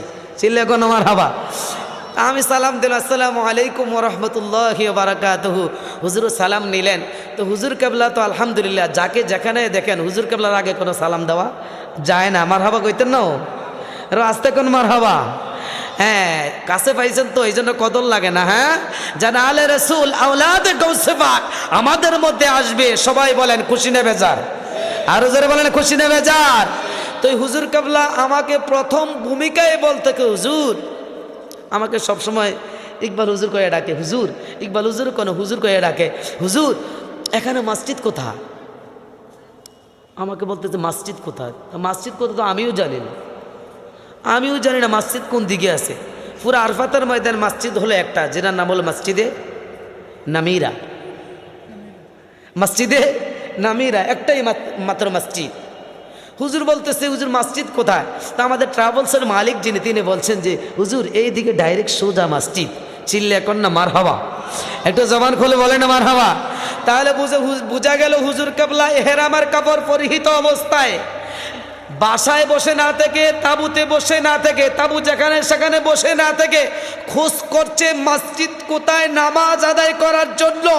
এতে বোঝা গেল আমাদের যে মুর্শিদ, আমরা যে মুর্শিদের হাতে হাত ধরেছি, আমরা যে বায়াত হয়েছি, আমরা যে মুরিদ হয়েছি, দরবারের সাথে সম্পর্ক হয়েছে, নিঃসন্দেহে এই দরবারের সাথে মহব্বত রাখলে, দরবারের সাথে ভালোবাসা রাখলে, নিঃসন্দেহে যদি নবীর প্রেম থাকে, মহব্বত থাকে, অবশ্যই আপনি জান্নাতের মেহমান হবেন ইনশাআল্লাহ। কথা বলে ঠিক কি না?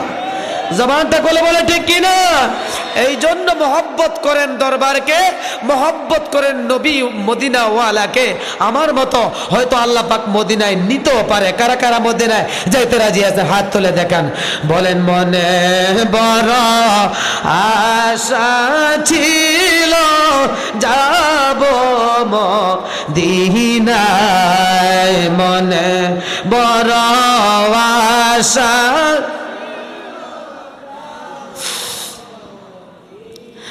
সালাম আমি করব গিয়ে নবীজির যায়,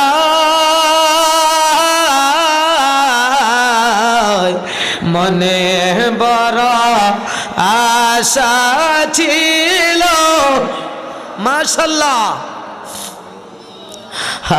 মনে বড় আশা ছিল আরব সাগর পারি দেব, নাই কয় আমার তোরি,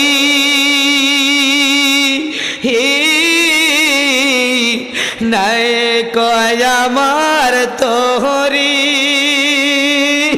বাকি নয় গুরে যাব ডানাতে বর করি, আরব সাগর পারি দিব, নাই কই আমার তোরে, পাকে নয় গোরে যাব ডানাতে বর করি। মারহাবা কোন জোরে কোন মারহাবা। আমার আশায় আছে সম্বল নাই, আমার আশায় আছে সম্বল নাই, করি কি উপায়, মনে বড় আশা ছিল। সবাই সবাই মহব্বতে মাশাআল্লাহ, মনে বড় আশা।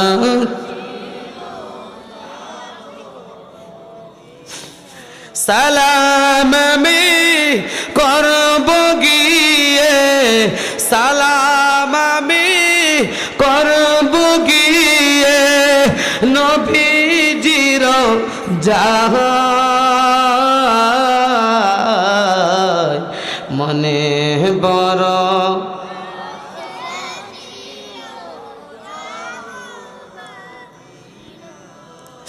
বন্ধুরে, ও বন্ধুরে, হযরতে ঈসা আলাইহিস সালাম যখন দুনিয়াতে আসলেন, একদিন নয়, 2 দিন নয় বাবা, 3 দিন হয়ে গেল। 3 দিন পরে আমার আল্লাহ তাবারক ওয়া তাআলা আল্লাহর পক্ষ থেকে ফেরেশতা পাঠাইলেন। ফেরেশতারা রে, ও ফেরেশতারা, তোমরা যাও আমার ঈসা আলাইহিস সালামের কাছে তোমরা চলে যাও, বিবি মারিয়ামের কাছে তোমরা চলে যাও। ফেরেশতারা বিবি মারিয়ামের কাছে আসলো। বিবি মারিয়ামের কাছে আইসা বলল, এ মারিয়াম, তুমি সোজা যখন বাইতুল মুকাদ্দাসের মধ্যে চলে যাইবা, বাইতুল মুকাদ্দাসের মধ্যে যাইবা, যাওয়ার পরে তোমার বিরুদ্ধে সমালোচনা করবে, বলবে বাচ্চা কোথা থেকে আনছো। সুবহানাল্লাহ কইতেন না? আরো জোরে বলেন না সুবহানাল্লাহ। ওই যে বললাম যে 12 বছর 14 বছরের মেয়ের ঘরে যদি বাচ্চা হয় স্বামী ছাড়া, বলবেন সমালোচনা করবে না? বলেন না সমালোচনা করবে না? কেমন সমালোচনা করবে?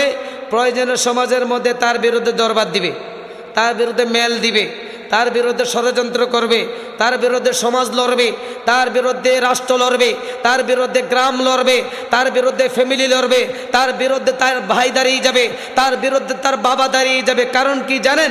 যদি কোনো মহিলা অপগর্ভ হয়ে যায় অথবা পেটের মধ্যে বাচ্চা হয়ে যায় স্বামী ছাড়া, যদি তার ভাই তার পক্ষে যায়, তার ভাইয়ের সাজা আছে। আছে কি নাই? জোরে বলেন আছে কি নাই? যদি বাবা তার পক্ষে যায় তাহলে বাবার সাজা আছে। এই জন্য সমাজ যেই দিকে বাবাও সেই দিকে, কোরআন যেই দিকে বাবাও সেই দিকে, হাদিস যেই দিকে বাবাও সেই দিকে, ভাই সেই দিকে। ভাই বেরাদর আত্মীয় স্বজন সবাই তার বিরুদ্ধে, সবাই তার বিরুদ্ধে, আত্মীয় স্বজন তার বিরুদ্ধে আলোচনা করতে লাগলেন, সমালোচনা করতে লাগলেন। ফেরেশতারা বলতে লাগলেন, এ মারিয়াম, তুমি যখন সন্তানটা লইয়া বাইতুল মুকাদ্দাসের মধ্যে তুমি চলে যাইবা, যাওয়ার পরে তোমার সমালোচনা করবে, সমালোচনা করবে, আলোচনা করবে। তুমি নিজে আওয়াজ করবা না, নিজে কোনো কথা বলবা না। ফাশারাত ইলাই ক্বালু কাইফা নুকাল্লিমু মান কানা ফিল মাহদি সাবিয়্যা।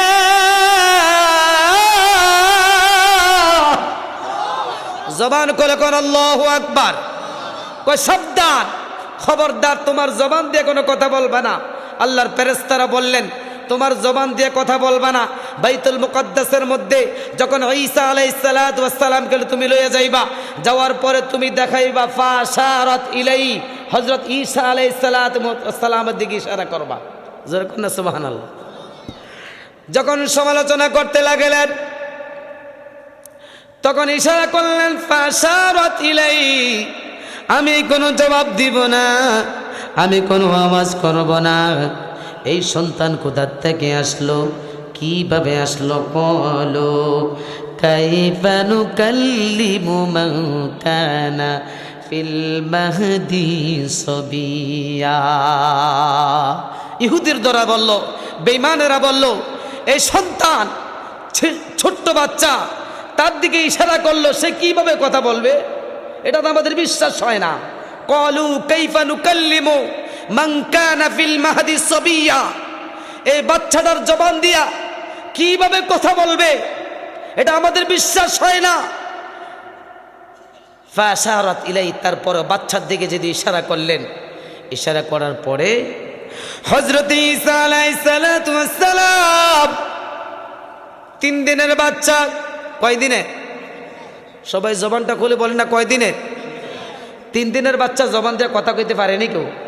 বলেন আমাদের দেশে 3 দিনের বাচ্চা না, 7 দিনের বাচ্চা পারেনি, 1 মাসের বাচ্চা, 2 মাসের, 3 মাসের, 4 মাসের, 5 মাসের, 6 মাসের, 1 বছর পূর্ণ হলে হঠাৎ করে মা বা বা বাবা, বাবা একবার বাবা কইলে 10 বার বাবা কইলে ছেলে একবার কয়। কথা বলে ঠিক কিনা? মায় যদি বাবা যদি 10 বার কয়, বাবা কয় একবার বাবা, তাও 1 বছর 1.5 বছর পূর্ণ হলে। কথা বলে ঠিক কিনা? যারা বাবা হয়েছে তারা বুঝতে পারে আর কি, যারা এখনো বাবা হয় না তারা এটা বুঝতে পারবে না। তো সুতরাং 1 দিন নয়, 2 দিন নয়, 3 দিনের বাচ্চার জবান দিয়া ফাশারাত ইলাই, আল্লাহর পক্ষ থেকে, আল্লাহর কোরআন থেকে ইশারা করে দিলেন, বিবি মারিয়াম আমি বলবো না, আমার জবান দিয়া উত্তর দিব না, তিনি কে, সে কোথা থেকে এসেছে, ফাশারাত ইলাই, তার দিকে ইশারা করলেন। আর ইহুদির দলেরা বলল, ক্বালু কাইফা নুকাল্লিমু মান কানা ফিল মাহদি সাবিয়া, হে মহিলা তুমি একটা খারাপ মহিলা, কোথা থেকে আনছো, এই সন্তানের জবাব দিবে মুখ দিয়া, আমরা তো এটা বিশ্বাস করি না, বিশ্বাসযোগ্য না।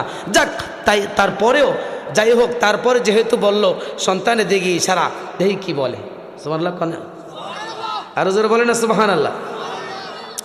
এবার যখন ইশারা করলেন, 3 দিনের বাচ্চা ঈসা আলাইহিস সালাতু ওয়াস সালাম তার দিকে ইশারা করলেন, ফাশারাত ইলাই, ইশারা করার সঙ্গে সঙ্গে হযরত ঈসা আলাইহিস সালাতু ওয়াস সালাম 3 দিনের বাচ্চা তারা বাম হাত মুবারকটা, কোন হাত, জোরে বলেন কোন হাত, বাম হাত মুবারকটা হযরত ঈসা আলাইহিস সালাতু ওয়াস সালামের বাম হাত মুবারকে এইভাবে ভর দিলেন। এইভাবে ভর দিয়া ডান হাতে ইশারা করলেন আর জবান দিয়া বলতে লাগলেন, আল্লাহু আকবার, কিন্তু জোরে বলতে হবে। বলতে রাজি আছেন? আমি দলিল দিচ্ছি, আপনারা আল্লাহু আকবার বলেন। বাম হাত হযরত ঈসা আলাইহিস সালাতু ওয়াস সালামের বাম হাত তার হাতের মধ্যে ভর দিলেন 3 দিনের বাচ্চা। ডাল হাতে ইশারা করলেন আর জবান দিয়ে বললেন, ক্বালাত ইন্নী আবদুল্লাহ, জোরে কোন আল্লাহু আকবার। ক্বালা ইন্নী আবদুল্লাহ, কয় আমি কইলাম আল্লাহর বান্দা। মারহাবা কয় জানা? আমি কইলাম আল্লাহর বান্দা। আতানিয়াল কিতাব,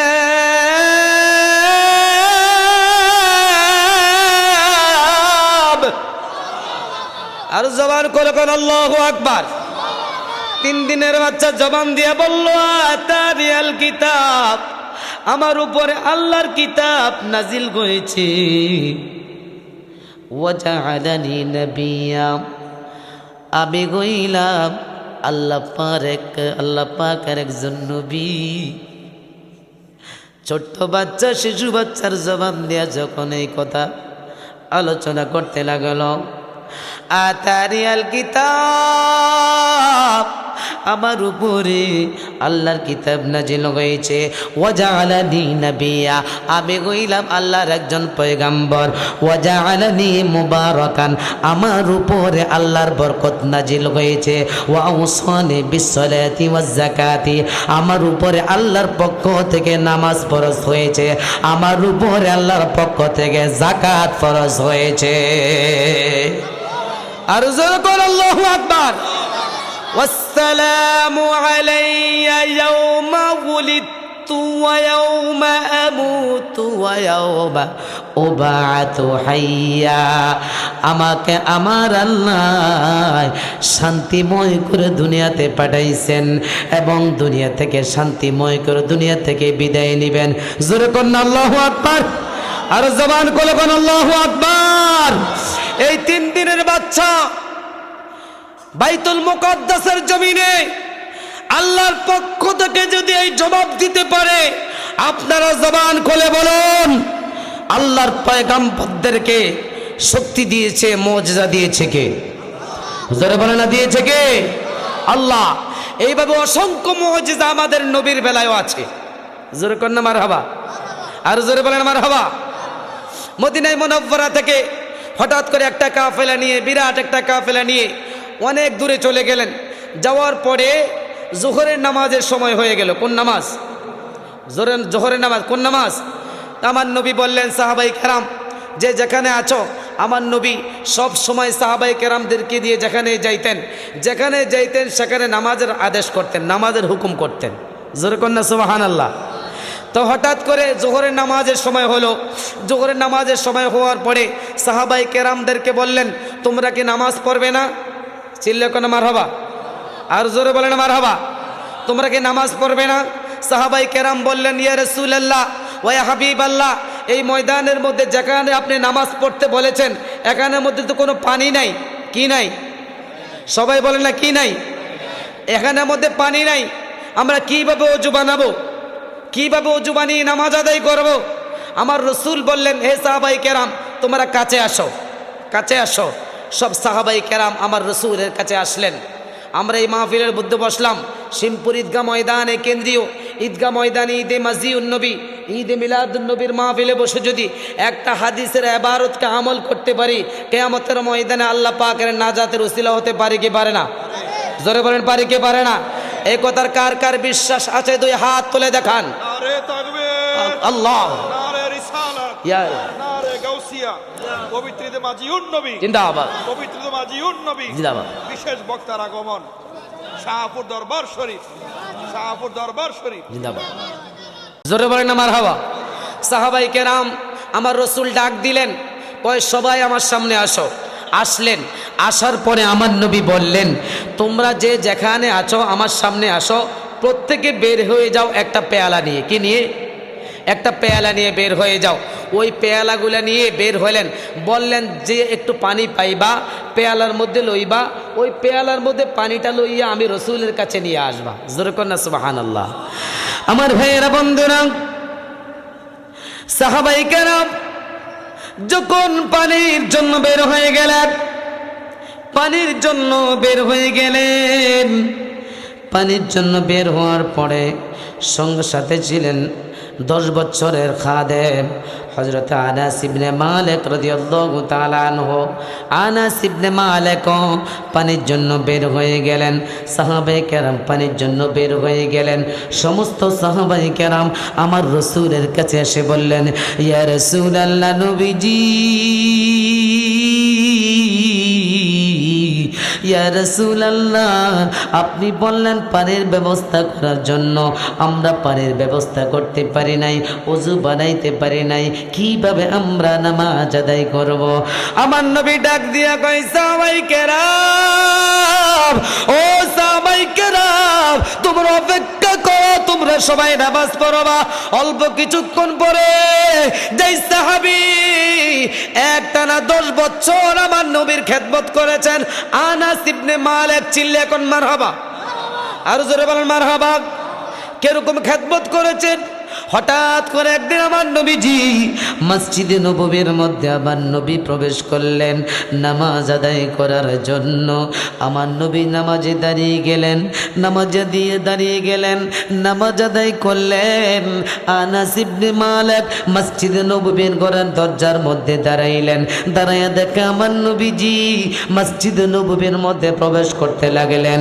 আনাস ইবনে মালিক আমার নবীজির পাও মুবারকের জুতা মুবারক গুলা যখন করলেন, খোলার সঙ্গে সঙ্গে আনাস ইবনে মালিক হাতের মধ্যে জুতা মুবারক গুলা লইলেন।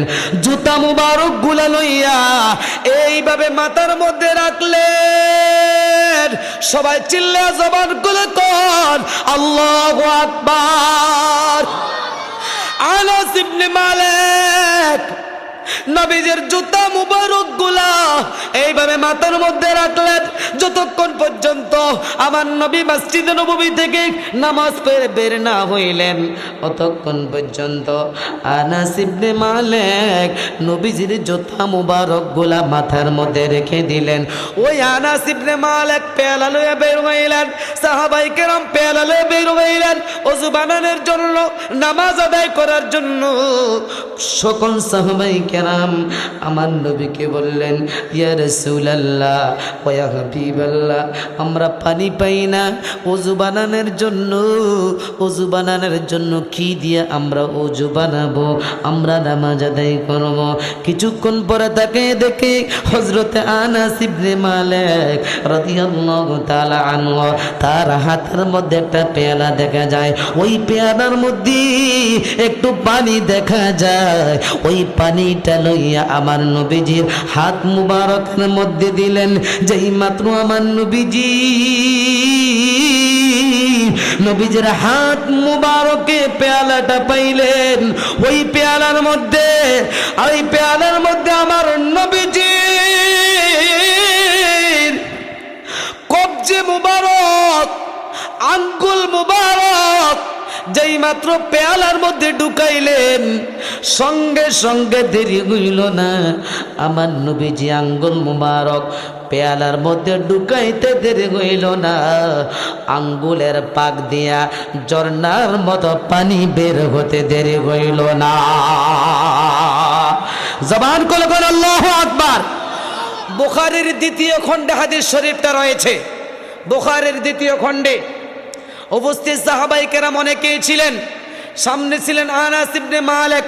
আমার নবী বললেন, আনাস ওযু বানাইতে বলো, ওযু করা শুরু করো। সুবহানাল্লাহ বলেন, আরো জোরে বলেন না সুবহানাল্লাহ। এবার সবাই ওযু বানাইতে লাগলেন, ওযু বানাইতে লাগলেন, সবাই ওযু বানাইতে লাগলেন। সাহাবায়ে কেরামদেরকে বললেন, তোমরা ওযু বানাও। আমার নবী ওযু বানাইতে বললেন। আনাস ইবনে মালিক ওযু বানাইলেন। এর আনাস ইবনে মালিককে প্রশ্ন করলো, ও আনাস ইবনে মালিক, তুমি তো সামনেই ছিলা, তুমি তো দূরে ছিলা না।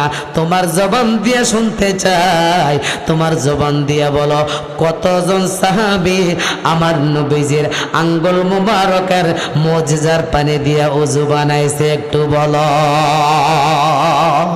জোরে কোন আল্লাহু আকবার। একটু জবান খুলে কোন আল্লাহু আকবার।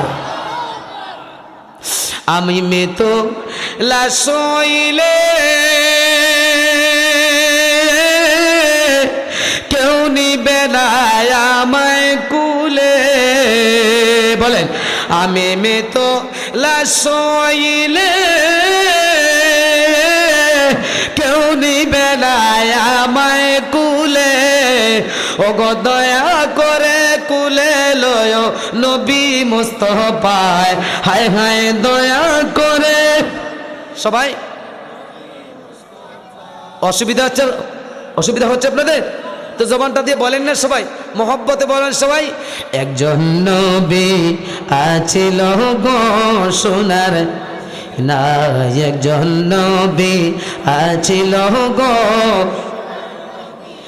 ও গো সেই নবীজির প্রেমে পাগল, সেই নবীজির খোদের বাহানা। একজন নবী আছিল গো না, একজন নবী আছিল গো, আমার নবী বহু দূরে লোহিত সাগরের পারে। সবাই চিল্লা কোন আল্লাহু আকবার। আমার নবী বহু দূরে লোহিত সাগরের পারে। হায় গায় উম্মতেরা সালাম দিলে নবী শুনতে পায়, হায় গায় উম্মতেরা পায়। একজন নবী আছিল গো ইনা, একজন প্রেমিক ও গো সেই নবীজির প্রেমে পাগল।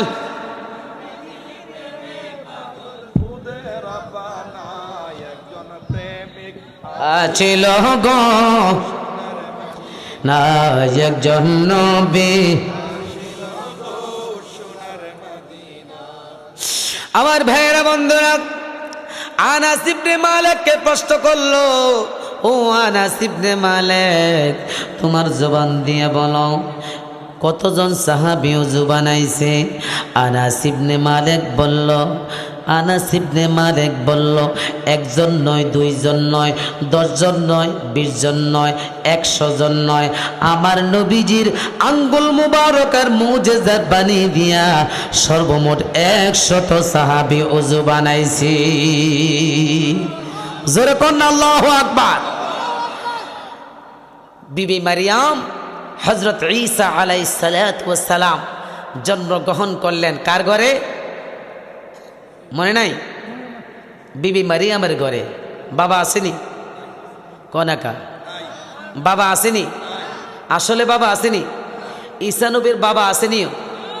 কথা কনাকা ঈসা নবীর বাবা আসেনি? আর কোন নবীর বাবা নাই? কিতা তো না তো হযরত আদম আলাইহিস সালাতু ওয়াস সালামের বাবা না আছে? আদম নবীর বাবা না আছে? আদম নবীর হায়াত কত ছিল বলেন তো? হ্যাঁ, তুমি জানো কিনে? কোন পয়গাম্বর কোন নবী রাসূলকে নির্দিষ্ট হায়াত দিয়ে পাঠায় না দুনিয়াতে। হযরত আদম আলাইহিস সালাতু ওয়াস সালামকে 1000 বছর হায়াত দিয়ে দুনিয়াতে পাঠাইলেন। জোরে কর না মারহাবা। একটু জবান খুলে বলেন না মারহাবা। তখন 1000 বছরের হায়াত থেকে এই 40 বছর হায়াত ওনার সন্তানকে উনি দিয়ে দিলেন, দান করে দিলেন। জোরে বলেন না সুবহানাল্লাহ। আরো জবান খুলে বলেন না সুবহানাল্লাহ। হযরত দাউদ আলাইহিস সালাম, দাউদ নবীকে 40 বছরের হায়াত উনি দান করে দিলেন। হায়াত পাইছে কত বছর? 1000 বছর। 1000 বছর হায়াত পাওয়ার পরে 40 বছর হায়াত যখন ওনার সন্তানকে দিয়ে দিলেন, ওই 40 বছর হায়াত ফুরাইবার আগে আজরাইলকে পাঠাইলেন আদম নবীর কাছে। আদম নবীর কাছে পাঠাইলেন। আসার পরে আদম আলাইহিস সালাম বললেন, আমার তো এখন হায়াত বাকি আছে, আমার তো এখন হায়াত বাকি আছে। কত বছর? সবাই বলেন কত বছর? 40 বছর। যাই হোক, ওইদিকে কম যাই, আমরা যাচ্ছি যার বিষয় আজকের আলোচনা, সেটা হচ্ছে হযরত ঈসা আলাইহিস সালাতু ওয়াস সালাম। বাবা আসেনি? জোরে বলেন না বাবা আসেনি? বাবা নাই। এবার আস্তে আস্তে বড় হতে লাগলেন। হঠাৎ করে বড় হলেন। বড় হওয়ার পরে বাইতুল মুকাদ্দাস থেকে মা এবং ছেলে এক জায়গায় রওনা দিলেন ময়দান দিয়ে। কোন জায়গায়? শাম দেশে। বাইতুল মুকাদ্দাস থেকে শাম দেশে রওনা দিলেন। তো যাওয়ার পথে বিবি মরিয়ম আলাইহিস সালাতু ওয়াস সালামের একটা অভ্যাস ছিল। দেখবেন আমাদের দেশের মধ্যে আমরা অসুস্থ হলে দেখবেন অনেকে অনেক ডাক্তার বিশ্বাস করে, আছে কি নাই? কেউ মনে বিশ্বাস করে, আবার কেউ ফেয়ারে বিশ্বাস করে, কেউ ডক্টরসে বিশ্বাস করে, আবার কেউ টাওয়ারে বিশ্বাস করে, অনেকে মডার্নে বিশ্বাস করে। যেই ডাক্তারের বিশ্বাসী, কথা বলে ঠিক কি না? আছে কি নাই? কেউ MBBS, FCBS, BCS ডাক্তার, যাকে যে ভালোবাসে। আবার অনেকে আছে MBBS, BCS কাউকে ভালো লাগে হয়তো হোমিও খায়, আছে কি নেই? এত হোমিও ছাড়া কিচ্ছু বুঝে না। আবার অনেকে হোমিও খায় না, কোনো কিছু খায় না, হাতে খায় বনাজি। কি খায়? সবাই বলেন কি খায়? গাছরা বনাজি ছাড়া বুঝে না। ঈসা আলাইহিস সালাতু ওয়াস সালামের মা বিবি মারিয়াম ওষুধ খাইতেন না, ডাক্তারের কাছে যাইতেন, সবসময় বনাজি খাইতেন। গাছরা পছন্দ করতেন, গাছরার মূল পছন্দ করতেন। এইভাবে তিনি অসুস্থ হলে বেশিরভাগ তিনি গাছরার মূল খাইতেন। যখন শাম দেশে রওনা দিলেন, যাওয়ার পথের মধ্যে হঠাৎ করে অসুস্থ হয়ে পড়লেন। তার সন্তান হযরত ঈসা আলাইহিস সালাতু ওয়াস সালামকে বললেন, কয় বাবা আমি এখানে বসছি, তুমি যাও, তাড়াতাড়ি চলে যাও, আমার জন্য কিছু গাছের মূল নিয়ে আসো। মূল, জোরে কর না সুবহানাল্লাহ। একটু জবান খুলে বলেন না সুবহানাল্লাহ। কি নিয়ে আসো? মূল নিয়ে আসো। হযরত ঈসা আলাইহিস সালাম মা আদেশ করলেন। কে আদেশ করলেন? সবাই বলেন কে আদেশ করলেন? মা আদেশ করলেন মায়ের হুকুম মানার জন্য, মায়ের কথা মানার জন্য। ঈসা আলাইহিস সালাতু ওয়াস সালাম মাটাকে এই জায়গার মধ্যে রাখিয়া মা চলে গেলেন মূল তালাশ করার জন্য। সন্তান চলে গেলেন মূল তালাশ করার জন্য। মূল তালাশ করতে করতে অনেক দূরে চলে গেলেন। ঈসা আলাইহিস সালাতু ওয়াস সালাম অনেক দূরে চলে গেলেন। হঠাৎ করে অনেক দূরে যাওয়ার পরে ওই জায়গার মধ্যে মাটাকে রাস্তায় রেখে আসলেন। আমার আল্লাহ আজরাইল আলাইহিস সালাতু ওয়াস সালামকে পাঠাইলেন। আজরাইল বিবি মারিয়ামের কাছে আসলেন। বিবি মারিয়ামের কাছে আয়েশা সঙ্গে সঙ্গে পথের থেকে বিবি মারিয়ামের জানটা কবজ করে নিয়ে গেলেন। মা মারিয়াম এই জায়গার মধ্যে ইন্তেকাল করলেন। ইন্তেকাল করার পরে কোনো মানুষ নাই তাকে দাফন করার জন্য। আমার আল্লাহ ফেরেশতা পাঠাইলেন। ফেরেশতা পাঠাই দিয়ে বললেন, ফেরেশতারা রে, আল্লাহর মারিয়াম, বিবি মারিয়াম, আমার মারিয়াম দুনিয়ার থেকে বিদায় নিয়েছে। যাও জান্নাত থেকে পোশাক নিয়ে যাও, জান্নাত থেকে পোশাক নিয়ে যাও। ফেরেশতার মাধ্যমে বিবি মারিয়ামের কাছে জান্নাতি পোশাক পাঠাইলেন। জান্নাতি পোশাক পাঠাইয়া আল্লাহর ফেরেশতারা এসে বিবি মারিয়ামকে গোসল করাইলেন, জানাজা পড়াইলেন। জানাজা পড়াইয়া এই জায়গার মধ্যে তাকে দাফন করাইয়া দিলেন। এখনো পর্যন্ত তার সন্তান ঈসা আলাইহিস সালাতু ওয়াস সালাম এখনো পর্যন্ত মায়ের ঔষধ নিয়ে আসে নাই। যেই মাত্র ঈসা আলাইহিস সালাম অনেক দূরে ময়দান ঔষধ পাইলেন, ঔষধ পাওয়ার পরে যেই মাত্র মায়ের কাছে আসলেন, মায়ের কাছে আয়সা দেখি মা এই জায়গার মধ্যে নাই, মায়ের চেহারা দেখা যায় না। মা মা মা বলে একবার নয়, দুইবার নয়, ঈসা আলাইহিস সালাতু ওয়াস সালাম 3 বার ডাক দিলেন। কয়বার? সবাই জবানটা খুলে বলেন না, কয়বার ডাক দিলেন? মা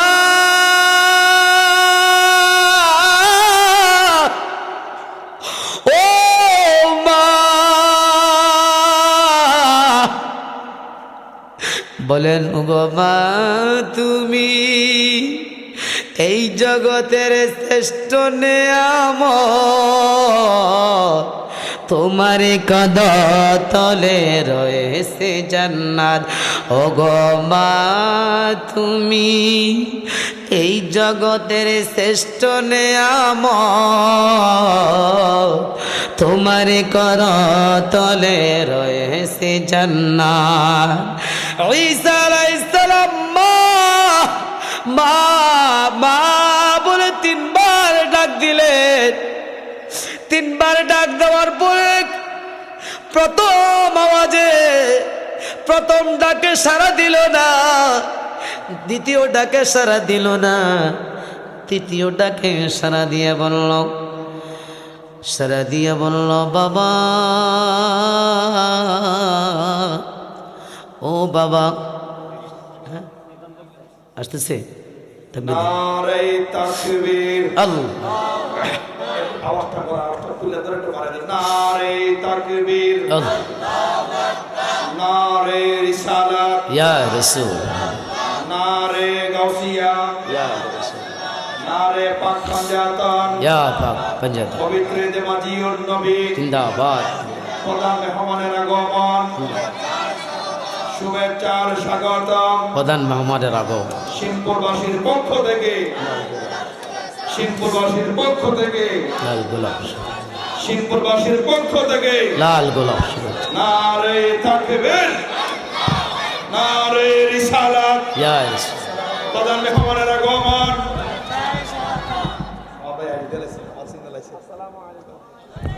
সম্মানিত উপস্থিতি, আপনারা এতক্ষণ যার অপেক্ষায় ছিলেন অনর্বশী বক্তা, আপনারা জানেন, সুপরিচিত মুখ। আমি বলবো যারা এখনো এদিক সেদিক বিক্ষিপ্তভাবে রয়েছেন, আজকের এই নুরানি মজলিসের প্রধান বক্তা আমাদের মধ্যে এসেছেন। আমরা ইনশাআল্লাহ এই শিল্প ঈদগাহ ময়দান কানায় কানায় ভরে যাক, ইনশাআল্লাহ আপনাদের মনের খোরাক পেয়ে যাবেন ইনশাআল্লাহ। আমাদের প্রধান বক্তা আমাদের মধ্যে উপস্থিত হয়েছেন। আমরা প্রাণ ভরে আমরা কোরআন হাদিসের নূরানি তাকরির শ্রবণ করব ইনশাআল্লাহ। প্রধান বক্তা আসলে আপনারা খুশি না বেজার? সবাই কোন খুশি না বেজার? এখনো যারা এদিক সেদিক আছে তারা মাহফিলটা মিস করতেছে। আমি আশা করব প্রত্যেকের সবাই চলে আসেন। আমাদের বিশেষ বক্তার আলোচনা একেবারে শেষ প্রান্তে চলে আসে। এরপরে আমাদের প্রধান মেহমান ধরে ফেলবে। যারা যে যেখানে আছেন অতি দ্রুত গতিতে আমাদের প্যান্ডেলে আসার জন্য। এরপরে শাহাবুল ইসলাম হুজুর আমাদের মাঝে চলে আসবেন। মিলাদ ক্যাম্প করে আখেরি মোনাজাত হয়ে আমরা এই ময়দান থেকে ত্যাগ করব ইনশাআল্লাহ। মহতারা মাওলানা যিনি আলোচনার মধ্যে আছেন উনি ওনার আলোচনায় বসে আনতেছেন। আমরা ওনার কথাগুলো শ্রবণ করি। আল্লাহুম্মা সাল্লি মাওলানা মুহাম্মদ ওয়া আলা আলিহি।